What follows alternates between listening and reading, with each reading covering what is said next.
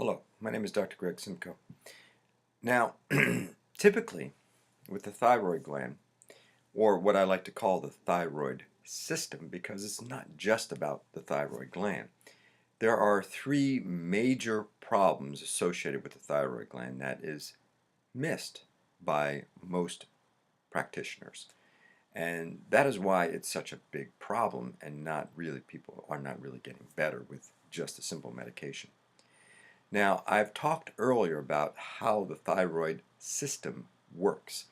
Now, what we look at, there are three major problems, and there are more than that, but these are the most common forms. You have something called Hashimoto's. That's one.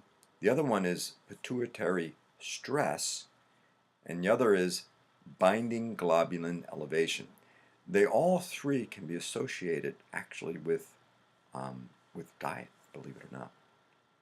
Let's look at Hashimoto's. Hashimoto's is primarily a thyroid gland problem. Hashimoto's is where your own body develops an antibody to your thyroid gland and starts to actually kill it. Now, when you start killing your thyroid gland, you don't produce enough T4, which doesn't get turned into T3, which is what you need for your body to function normally. I'll explain that in a minute. So the thyroid gland itself is getting attacked. Now, what is this associated with? Well, it's associated with the immune system, your immune system, not working properly. Now, why is your immune system not working properly? It could be a lot of different things.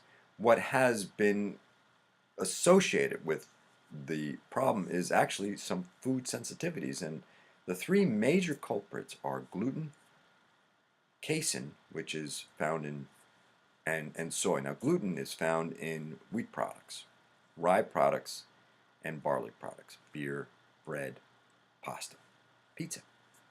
Casein is cheese products such as milk, cheese, yogurt, Activia, okay? And soy is pretty self-evident. Soy products. Soy products are found in a lot of things and needs to be looked at. Now, it could very well be that these three products, these three proteins, which your body cannot normally digest, actually cause a problem with your immune system to make it go haywire, which then causes your immune system to become out of balance and then start producing antibodies to you. And one of the first antibodies it produces is the thyroid gland. So you have that, Hashimoto's. Then you have what's called pituitary stress. In other words, the pituitary gland is overstressed and is not producing enough hormone to influence the thyroid gland to produce what it needs to. So if the pituitary gland is not doing that, it doesn't matter how much medication you take because the pituitary gland is not working. Now, what affects the pituitary gland? Well, this is stress, adrenal stress. In other words, I hate my job, I'm a lousy marriage. Add that with a really bad diet, a sugary diet, and that actually causes a significant imbalance in your system, which actually causes the pituitary gland undue stress, and it doesn't function very well. Another aspect of the system, the thyroid system, not working. The third one that's pretty common is binding globulin elevation. Now, this has to do with a few things, and you need to look at a few things. One is that typically estrogen is the culprit. High levels of estrogen is the culprit in this. That could be associated with estrogen creams or also diet.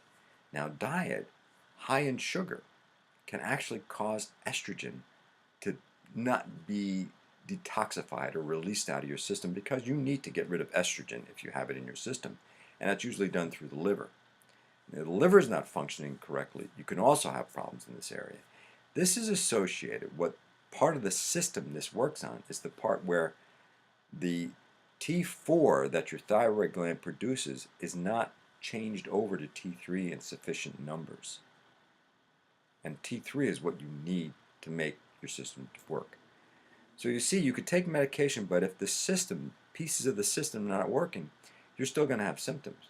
It's very important to know what part of the system is not working in order for you to properly address it and take care of it.